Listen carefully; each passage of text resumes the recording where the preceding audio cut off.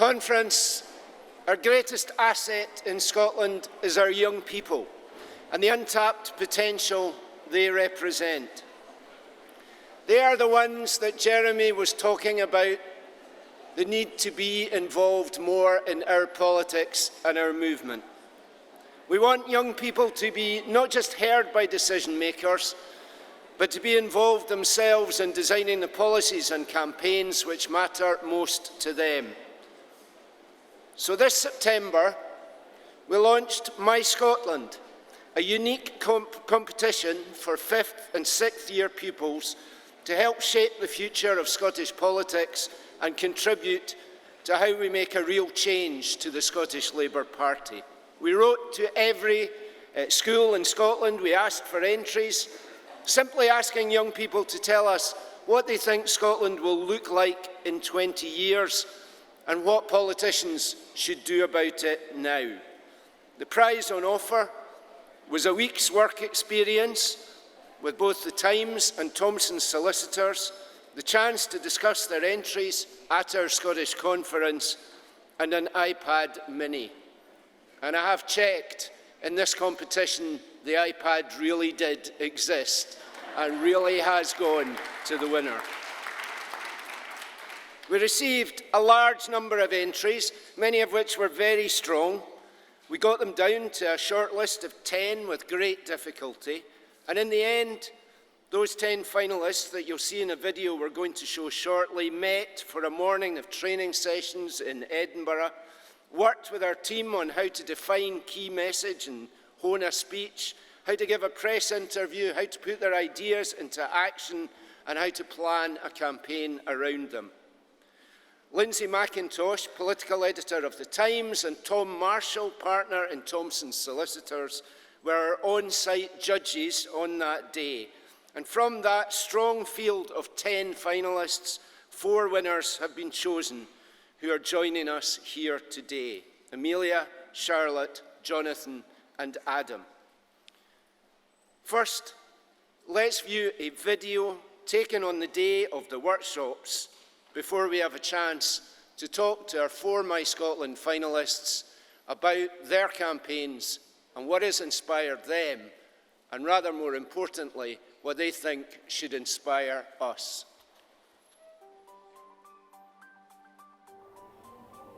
One of the first things I did as leader of the Scottish Labour Party was to write to every secondary school in the country, every single S5 and S6 pupil, and invite them to share their hopes and ambitions for Scotland's future in the form of one 500-word essay. And after sifting through lots and lots of entries to that competition, the top 10 essay writers were invited here to the Serenity Cafe in Edinburgh today. They were involved in training sessions from some of the best lawyers in the country, from the best journalists, best people involved in press and politics, to help them shape their ideas, to think about how they could turn those ideas into campaigns that could change how Scotland works today.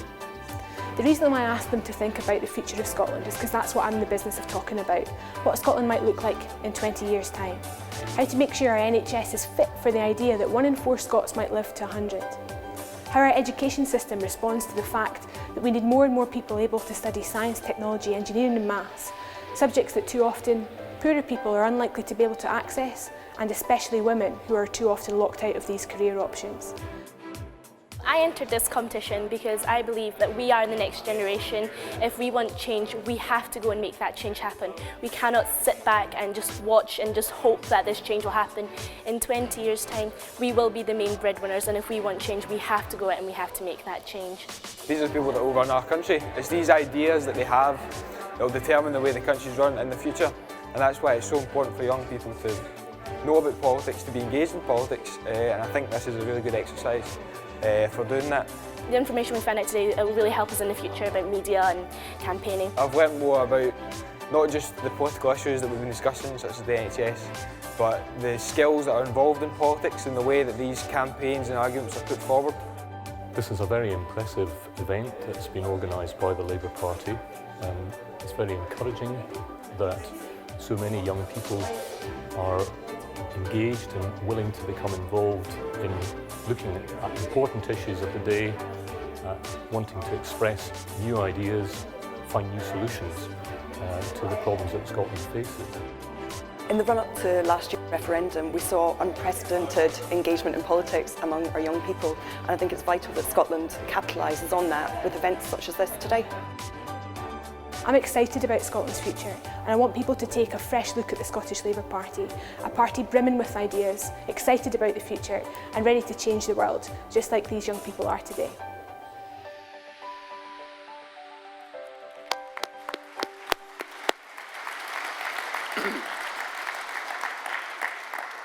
Conference, please give a warm welcome to the 4 winners of the My Scotland competition. First, Jonathan Walker.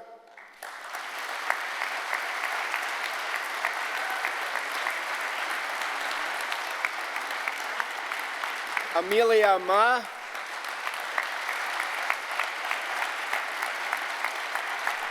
Charlotte Kirkwood. And Adam Ferguson.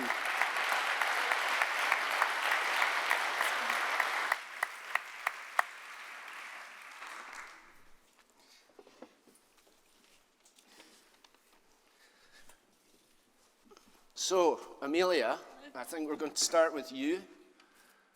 And really just to ask you a bit more about your campaign, what it was about, what you wrote about and how you planned. Okay. My campaign is based on the idea how we need to have more options for young people, so university should not be the only option, there has to be other options. My campaign is actually called More Options for All, and I believe that, you know, the idea is 2 and 2 makes 4, but so does 3 and 1. Everybody needs different ideas in life, not everybody takes the same path, and there need to be more options. Is there a reason why you fixed on that idea particularly? What inspired you to think about that? I actually know quite a few people myself, so it's actually a very personal issue. I think a lot of people are pushed into degrees and pushed into university to do degrees that are not suited for them. They haven't really thought it through. So I think it's important that they are aware that there should be other options for them. So it's just a personal issue for me. So is that something that you see with your own friends and people at school? Yeah, some people, I think people at school, they're still not sure what they want to do in the future, and I think being pushed into university when it's not right for them, I think that's wrong. I think everybody should have equal choice to do whatever they want in life and have different options. So I think definitely. One of the things that some of the colleagues here might worry about that kind of system is that it kind of divides, and maybe there's a danger that for people that choose a vocational track rather than an academic one, that they might be looked down on as kind of second-class citizens or as failures. Do you think that's a problem, or how could we make sure that wouldn't? No, I mean, I don't think so, because I think we need to recognise that this is like modern day, where not everybody has to go do this one step to another. There's different stepping stones. There's not one single way to your life goal, whatever it may be. There are definitely many ways to get there. And there's not one single path. I mean, you can go different routes and end up in the same place as someone else who went to university, did other degrees afterwards, and worked afterwards. You know, everybody should have different options in life, and yeah, it's definitely, it could be a problem, but I think, you know, everyone, if they're aware that there are more options and they don't all have to take the same path. So if young people were presented with all these different options and possibilities, how do you think they would be able to find their way through that so that they were sure they had the right one? Because that school to college or school to university, that's a kind of well understood traditional route, isn't exactly. it? That's So if you made it more complicated or more diverse, how would people find their way through that? That's what I'm saying. A lot of our schools have university open days, so all the universities come in and then a big hall, and so people can go and ask them, oh, I want to do this degree at this university, can you please give me some more information? I was saying to Kezia on Saturday, I was saying, how about having the same kind of thing but for like colleges and people with apprenticeships, so they can go and speak to them and find out more information about other options rather than just university, because like you're saying, it's traditional that people go from school to university, but that is not the option. That is not the case anymore. People need to have different options, and I believe that's the case. Okay, that's brilliant, Amelia. I'm keeping you going and asking questions because, frankly, you've stolen a big bit of my speech, which is going to talk about exactly some of these ideas. And so I'm quite keen to get a bit more detail from you how they work. I think it's genuinely an idea which has inspired myself and Kezia as well, and it's one of the things that we've been talking about, those choices, especially senior school. So you've already made a contribution Thank you. to Labour Party policy. So Adam, can you tell us something about your campaign? Different. Well, in its most basic form, my campaign was really just to try and reform the legislature around the graduate entrepreneur visa and maybe return to an amended version of the post-study work visa, which was abolished in 2012. And what made you think about that as something to campaign about? Well, I think that's a good question because, graduate visas aren't exactly the most glamorous issue. But it was something I've read in an article, someone talking about, graduates working in our country, and I kind of thought, well, what are the procedures for that? And then when I looked into it, the way it is now, even to a 16-year-old boy, it seemed kind of flawed. And then I realised the way the system was before worked much better, so why didn't we return to that? Do you want to say a little bit for colleagues about the graduate visa scheme and what it was like before and what's happened? Because, it isn't something that's always top of the news, is it? Well, it's mainly more of just the current system's extremely complicated and it's tiered, and due to the fact that it is so complex and takes so much time to apply for, it discourages the best students at schools in other countries to even bother applying to our universities, which is why they don't graduate and they don't live in this country. They go to countries like America and Canada and Australia. Okay. So the problem here is that people come here, they study, they gain the skills and the expertise, and then basically we throw them out. They can't stay and work here and use that. Is that? It's basically that, and it's also why would you apply to go to university in a country where you couldn't live there afterwards? They realised they wouldn't be able to live in Scotland afterwards, so they'll apply to university in Australia as well. So we don't just lose out on the best graduates, we lose out on the best students. Okay, did you look at other countries to see if they do this differently and how that affects the attractiveness? Well, lots of other countries have less complicated systems. Lots of countries have systems like ours. But when you consider the fact that in its first year, the graduate entrepreneur visa only granted 119 visas, right. That just shows the amount of people who chose to go to other places where the systems were easier and more inclusive. Okay.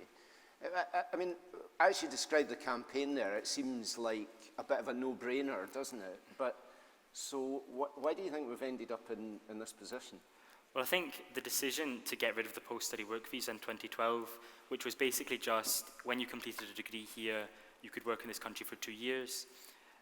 There was claims that people were defrauding the system and exploiting that system, but really it was a small minority of people, and when you consider the percentage of people that benefited from the system, it was really kind of a necessary evil. But the system we have now, you still get people to exploit and cheat this system, but you lose out on all the people who actually wanted to study and work here. So do you think this is something which has suffered because it gets folded into what's sometimes seen as a very difficult debate around immigration? Definitely. I think it's people kind of starting to see immigration in a more negative light. There's a sort of stigma towards immigration in the media, which definitely shouldn't be there. Immigration has caused so many good things for every nation, especially this one specifically, which is why I think immigration is a positive thing. And I think when you clear up all the images surrounding immigration, this debate might be a bit clearer. I mean, I think a lot of colleagues here would agree with that view of immigration and the effect it's had. But it's quite a tough message to get across. Did you, when you had the campaign workshop, did you talk at all about how you can get a difficult message like that across? Yeah, I think that was something that was really helpful for me in the campaign workshops.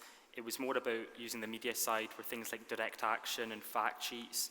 It's one of those ideas that you'd have to take directly towards people, and you couldn't just rely on their knowledge from the media.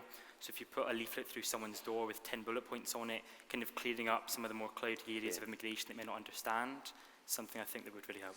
But get into trouble with one of the people who's generously helped us out with this project. But when you were at the workshop, you had Lindsay there from the Times. Did you get the chance to talk to her about the media and the way they talk about this issue, the way they report it? I did. I kind of had a one-on-one session with her. What did she say? She kind of grilled me in front of the rest of the finalists, which was quite daunting. No, I think she was really helpful. She taught me a lot about what sort of newspapers to take an issue like this to and what sort of journalists to take this to. And she had a lot of helpful advice for me, which I thought was great. So she was saying to you that while some sections of the media might not have much sympathy or want to promote the ideas behind your campaign, that's not the whole media, and there would be other places. Yeah, so she noted the differences between like tabloids and broadsheets and how it would be reported in different ways. Okay, that's great. Thanks very much. Thank you.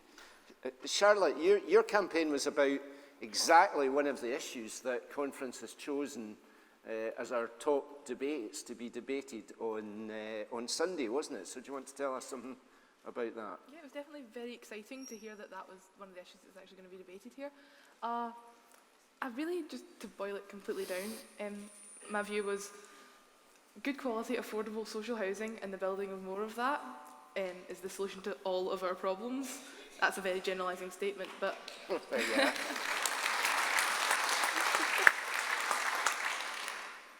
But when you think about the amount of areas that housing touched, the job creation, encouragement in better societies, building of better societies, giving people something to call their own, it really does touch like so many areas of life. So your argument was about housing, but it was about housing as the basis for improving lots of other things as well, yeah? Definitely. Like, having a better community, and I've seen evidence of this, will encourage children to want to do better at school and encourage them to take part more, and it leaves people with one less thing to worry about so that they can spend more time thinking about, oh, maybe we can go there or do that, and it enriches everyone's lives as well as giving them something to call their own. You said you've seen that from your own experience. What's that, what you've seen?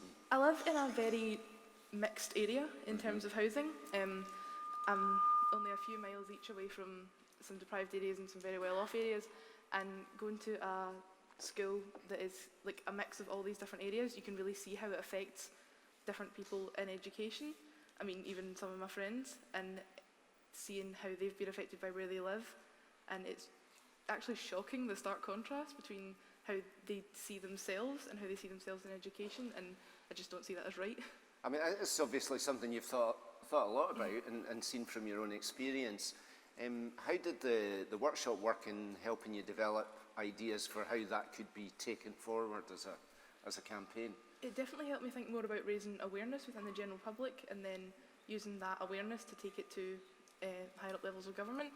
Like, I had an idea that was built off the back of the Live Below the Line campaign, where people have £5 to get their food for the whole week.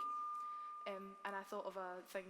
So this is a campaign where people have to live for a week on £5, isn't it? Yeah. I think famously Jack McConnell does this most years, doesn't he? Yep, I've seen that. So. And then I thought, why don't we have something that takes in another aspect of having to worry about housing first, which is heating, as Jeremy said about the people having to choose between eating and heating. Having an idea of a thing like, I called it overnight underheat, and you have to go with no heating or poorer covers or things like that for like a week, and it helps people understand how much having to worry about housing first can affect like anything else in their life. So that's quite an interesting idea, isn't it? Because an equivalent kind of campaign, which is quite well known as sleep outs, isn't it? Where people sleep out in George Square in Glasgow or Princes Street in Edinburgh. But then, in a way, that gives the wrong message, doesn't it? Because that kind of says housing is a problem for people who are completely homeless and sleeping rough. So you're trying to find a way to do that so people can understand that you can have a house, but if it's very poor quality, then so you would try and replicate that. Do you think then that you'll go on and try and run your campaign somehow, or get involved in actually doing this? You're really passionate about housing, aren't you? Yeah, I definitely would like to, and politics is a career I want to pursue, so I'd love to take it forward even at this age, and then hopefully in the future. Right. So there was the...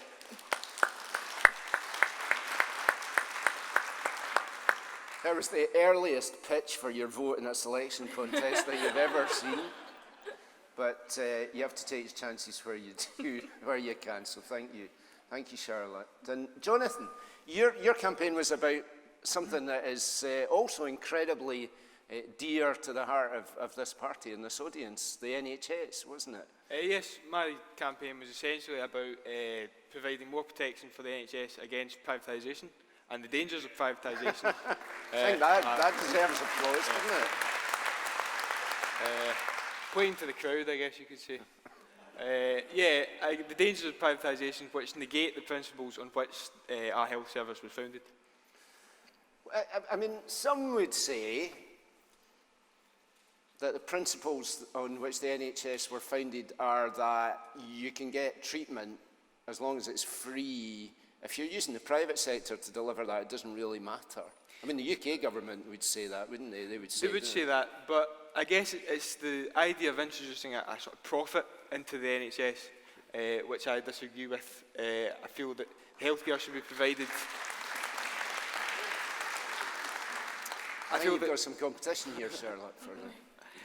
I feel that healthcare should be provided in this country for the good of the people, not to make a profit out of it, and that's the way it should be. And I mean, in a way, this is hardly a campaign we should need, is it? I mean, everyone loves the NHS. Why do you think we have to campaign for it then? Well, I mean, I think there's a lot of privatisations going on without people really realising. I mean, I would say there's a lot of people in Britain who maybe take the NHS for granted. They don't, realise how good they've got it. When you look at, I'm not saying we would have to start paying for healthcare, but when you look at a country like the US, which is, we can draw a lot of comparisons between the UK and the US. The amount of money they have to pay for their healthcare is ridiculous. And I think, correct me if I'm wrong, but the figure I had was that there was £82 million of private spending in NHS in Scotland last year. So obviously there's a lot of money being spent privately, and I'm not sure people really are aware. I looked at your essay, and the core of your campaign was around the NHS and against privatisation. You had some quite interesting things to say about how we should help people from elsewhere. Do you want to say a couple of words? That's quite topical too. Do you want to say a couple of words about that? Yeah, I talked a bit about the refugee crisis, obviously a very topical issue. I feel that the government, the UK government, is not doing enough to help these refugees that have been dealt such a bad hand in life. When you look at the example of Germany and how many refugees they've taken in, it really is appalling, the very tiny numbers of refugees that we have accepted into the country, and we should be doing a lot more to help these people.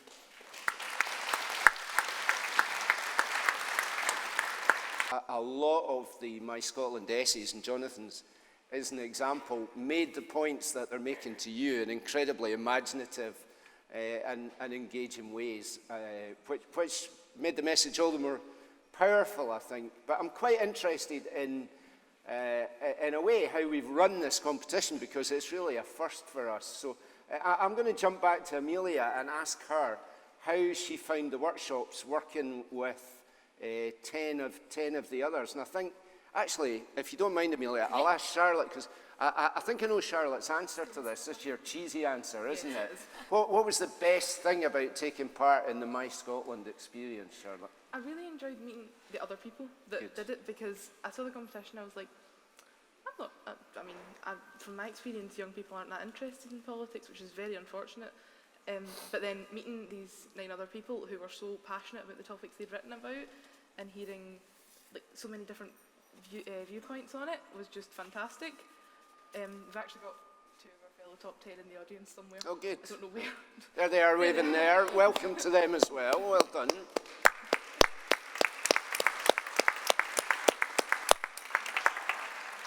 But yeah, just hearing everybody's different inputs, and the fact we had so many varied ideas and from all over the country, it was just fantastic to me. Great. And I found it really interesting.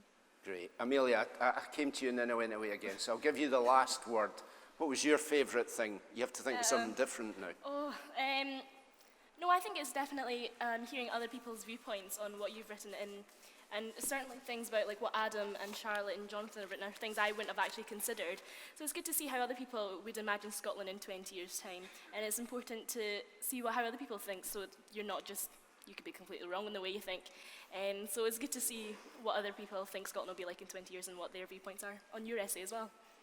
Well, look, conference, I think we owe our 4 winners, but also everyone who took part in the My Scotland contest a great vote of thanks, because they put a great deal of effort into the work and into that workshop day, and you know, it's no small thing as well to come and sit in front of you lot, frankly, and answer these questions. So thank you very much to our 4 winners. Thank you, conference. Well done.